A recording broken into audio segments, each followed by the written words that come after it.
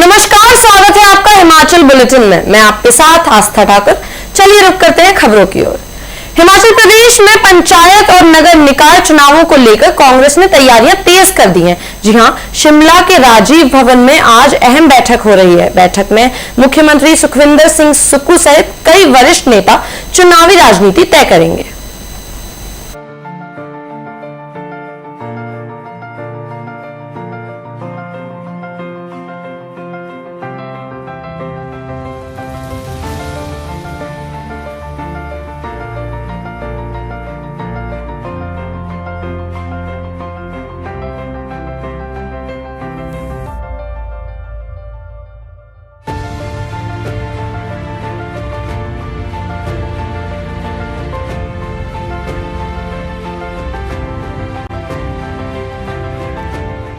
इस समय मौजूद है प्रदेश कांग्रेस कार्यालय के बारे में बताना चाहेंगे कि आज एक अहम बैठक है, खासकर जिस तरीके से इस बैठक में मुख्यमंत्री सुखविंदर सिंह सुक्खू, उप मुख्यमंत्री मुकेश अग्निहोत्री, हिमाचल प्रदेश के प्रभारी व पूर्व जो सांसद है रजनी पाटिल और कांग्रेस प्रदेश अध्यक्ष विनय कुमार और साथ ही जो मंत्रीगण और जो जिला के जो पदाधिकारीगण है वो इसमें उपस्थित रहेंगे। खासकर जिस तरीके से जो फोकस है जो पंचायत चुनाव को लेकर, जिस तरीके से कांग्रेस सरकार मजबूती के साथ आगे चुनाव लड़ेगी, क्योंकि अक्सर देखा जाता है कि जो पंचायती चुनाव के पश्चात जो जिला परिषद है और कांग्रेस चाहेगी कि अधिकांश जो चेयरपर्सन है और कुल मिलाकर जो देखा भी जा रहा है। इसके अलावा जिस तरीके से नगर निगम इस बार जो सिंबल के माध्यम से जो चुनाव लड़े जाएंगे, खासकर शिमला को छोड़ के अगर हम बात करें, जो अन्य चाहे ऊना है, धर्मशाला है, जो अंदर अन्य जो नगर निगम चुनाव है वहां पर जो सिंबल के माध्यम से जिताए जाएंगे। तो कुल मिलाकर जिस तरीके से जो कांग्रेस पार्टी की एक सोच है कि हमारे जो अधिक से अधिक उम्मीदवार जीते, क्योंकि आने वाले समय में विधानसभा चुनाव है और अगर देखा जाए हिमाचल प्रदेश में कोई भी सरकार अभी तक कोई भी रिपीट नहीं कर पाई। अगर हम स्वर्गीय वीरभद्र सिंह की बात करें जो कि 6 बार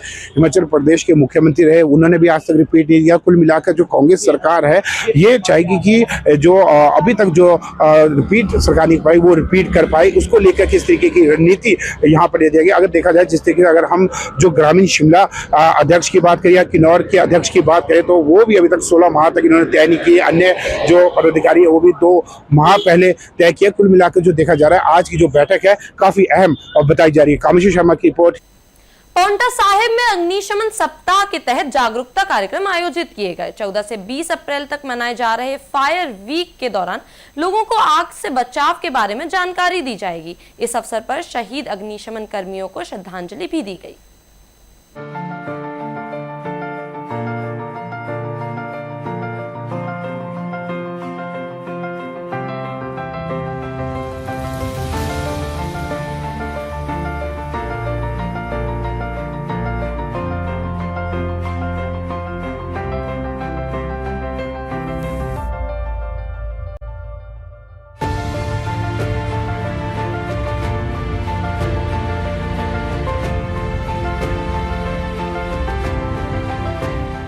सबसे पहले मैं आपको बताना चाहता हूं कि 14 अप्रैल 1944 को जो है मुंबई बंदरगाह पर जो है एक ब्रिटिश जहाज में जो है आग लगी थी। तो उस आग को बुझाने के लिए मुंबई अग्निशमन सेवा को कॉल की गई। तो उस आग को बुझाते हुए जो है मुंबई अग्निशमन सेवा के जो है 66 जवान शहीद हो गए थे। उन 66 जवानों को जो है श्रद्धांजलि अर्पित करने के लिए जो है हर वर्ष की भांति जो है इस वर्ष भी जो है अग्निशमन सप्ताह मनाया जा रहा है। तो हम लोगों को विभिन्न स्थानों पर जा जाकर आग से संबंधित जानकारी प्रदान करते हैं, जागरूक करते हैं और अग्नि दुर्घटना के समय हम किस प्रकार आग को बुझा सकते हैं, अपने आप को सुरक्षित कर सकते हैं या संपत्ति की रक्षा कर सकते हैं के बारे में जानकारी प्रदान करते हैं। और 3 कैंप आज हमने लगा दिए, जिसमें जो है टेम्पो स्टैंड पे जो है लोगों को जानकारी दी गई। उसके बाद जो है सिद्धि विनायक हॉस्पिटल में जाकर जानकारी दी। फिर उसके बाद मां शाकुंभरी पेट्रोल पंप पर जाकर जो है हमने अग्नि सुरक्षा संबंधी जानकारी जो है लोगों को प्रदान की। हिमाचल दिवस पर कांग्रेस नेता रजनी पाटिल ने प्रदेशवासियों को शुभकामनाएं दी। उन्होंने कहा कि सरकार अपराधियों पर सख्त कार्रवाई कर रही है, साथ ही प्रदेश पर निरंतर प्रगति की कामना भी की। निकलना होगा। हम जिस तरह कानून व्यवस्था को लेकर लगातार जो नेता प्रतिपक्ष हमला मार रहे हैं और जब से कहा है कि कांग्रेस सरकार आई है कानून व्यवस्था चरमरा गई है। ऐसे जब होता है तो विरोधी पार्टी का एक काम है, लेकिन महिलाओं को सुरक्षा देना हमारा प्रथम कर्तव्य है, जो कांग्रेस पार्टी हमेशा करती आई है। जो लोग उसमें शामिल थे उनको पकड़ लिया है, उनको कानून के तरह से शिक्षा दी जाएगी। आज हिमाचल दिवस है, क्या कहना चाहिए? आपको बहुत बहुत शुभेच्छा हिमाचल दिन की, और हिमाचल हमारा बढ़ता रहे, आगे चलता रहे, इतनी अपेक्षा हम करते हैं। हिमाचल दिवस के अवसर पर मुख्यमंत्री सुखविंदर सिंह सुक्खू ने राज्य स्तरीय पुरस्कार प्रदान किए। इस दौरान 9 लाभार्थियों को चेक और 24 परिवारों को जमीन के पट्टे वितरित किए गए। कई अधिकारियों और संस्थाओं को भी सम्मानित किया गया। पुलिसकर्मी ईमानदारी और समर्पण के साथ प्रदेश की लोगों की सेवा कर रहे हैं। हमारी सरकार उनका सम्मान सुनिश्चित कर रही है। आज के दिन मैं घोषणा करता हूं, पुलिस के ऐसे ही नॉन गस्टेड ऑफिसर्स को सेवानिवृत्ति के दिन ऑनरेरियम प्रमोट किया जाएगा, जो पदोन्नति के साथ मापदंड पूर्ण करते हो और उनका सेवा काल स्वच्छ और संतोषजनक हो। ऐसे पुलिस कर्मियों को सेवानिवृत्ति के दिन एक स्तर उच्च मानद पद दिया जाएगा। इस पहल से पुलिस बल में एक नई ऊर्जा का संचार होगा और वे अपने सेवा काल के अंतिम दिन तक पूर्ण समर्पण के साथ काम करते रहेंगे। आज के दिन मैं किन्नौर जिला की 1 अप्रैल से जो भी बेटी 21 साल से अधिक की उम्र की सभी पात्र महिलाओं को 1500 रुपए देने की घोषणा करता हूं। जिनकी आय 2 लाख रुपए से कम होगी, सभी महिलाओं को 1 अप्रैल से 2026 से मैं 1500 रुपए देने की घोषणा करता हूं। क्लास 1 और क्लास 2 के अधिकारियों की सैलरी में 3% का जो डेफरमेंट किया गया है उसे विड्रॉ करने की घोषणा करता हूं। मैं कर्मचारियों द्वारा प्रदेश के विकास में दिए जा रहे सहयोग की प्रशंसा करता हूं। प्रदेश के मुख्यमंत्री, मंत्रियों, विधायकों, चीफ सेक्रेटरी, डीजीपी और सभी सीनियर अधिकारियों के वेतन में जो 30 और 20% की अस्थायी रोक लगाई गई है वो जारी रहेगी। प्रदेश महिला कांग्रेस अध्यक्ष जैनाब चंदेल ने महिला आरक्षण पर व्यापक चर्चा की मांग की है। उन्होंने केंद्र सरकार पर देरी का आरोप लगाया और कहा कि सभी वर्गों की राय लेकर ही विधेयक लागू होना चाहिए।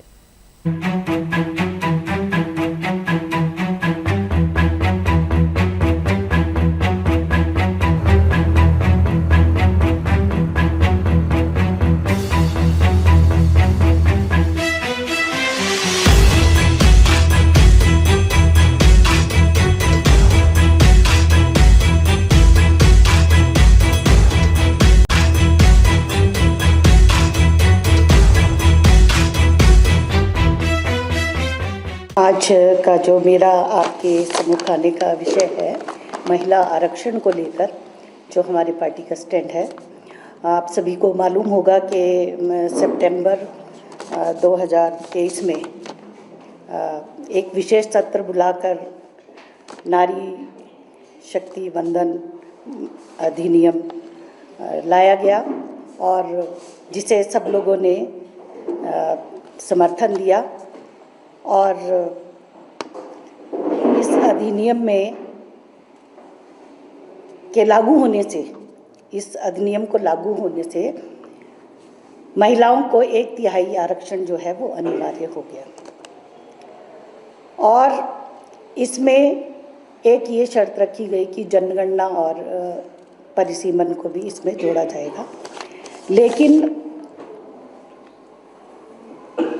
हमारे जो विपक्ष के नेता, हमारे राष्ट्रीय अध्यक्ष मल्लिकार्जुन खड़गे जी ने कहा कि भाई महिलाओं को 2024 में ही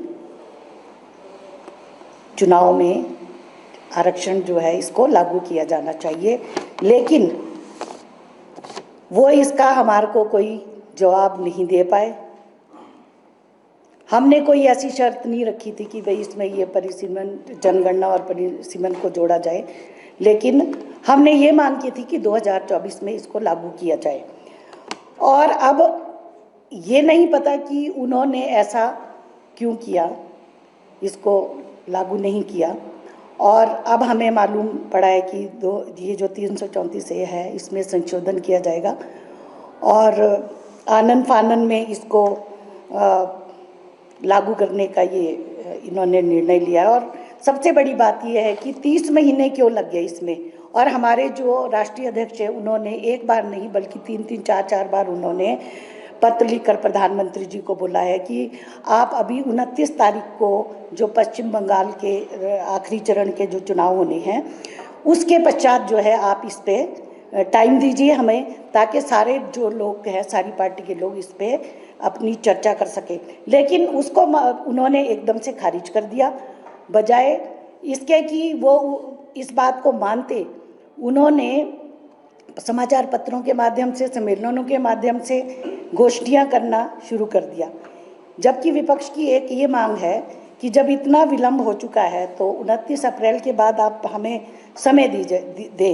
आप सभी को मालूम होगा कि 1993 में पंचायती राज 73वें और 74वें संशोधन के पश्चात जब महिलाओं को पंचायती राज संस्थाओं और स्थानीय निकायों में आरक्षण जब दिया गया था तो 5 साल तक व्यापक कांग्रेस पार्टी की उस समय सरकार थी और व्यापक इसमें चर्चा की गई, सभी दलों को इसमें बुलाया गया, सभी को सम्मिलित किया गया। व्यापक चर्चा करने के पश्चात जो है इसको लागू किया गया और उसी के फलस्वरूप आज पूरे देश भर में लगभग 15 लाख महिलाएं जो हैं वो चुनकर आ रही हैं और अपनी योग्यता का लोहा मनवा रही हैं। चुने हुए प्रतिनिधियों का जो 40% से भी अधिक बनता है। और जो ये अभी सितंबर में जो ये 2023 में नारी शक्ति वंदन अधिनियम जो ये लेकर आए, ये भी इसी पंचायती राज का बेस की वजह से हुआ है। और आप सभी जानते हैं कि जो पिछली जनगणना 2021 में होनी थी उसको विलंब किया गया, उसको नहीं किया गया। और इसका एक वो हुआ कि जिसकी वजह से 10 करोड़ से अधिक लोग जो हैं, जो राष्ट्रीय खाद्यान्न सुरक्षा अधिनियम 2013 में जो लाभान्वित होने थे, उनका जो कानूनी अधिकार उनको मिलना था, उससे वो लोग वंचित हो गए। जो बाद में ये प्रधानमंत्री राष्ट्रीय कल्याण अन्न योजना की बुनियाद भी यही थी। हिमाचल सरकार ने दावा किया है कि प्रदेश चुनौतियों के बावजूद भी विकास की राह पर आगे बढ़ रहा है। आर्थिक कठिनाइयां और प्राकृतिक आपदाओं के बाद भी सरकार प्रदेश को मजबूत बनाने के लिए लगातार प्रयास कर रहा है।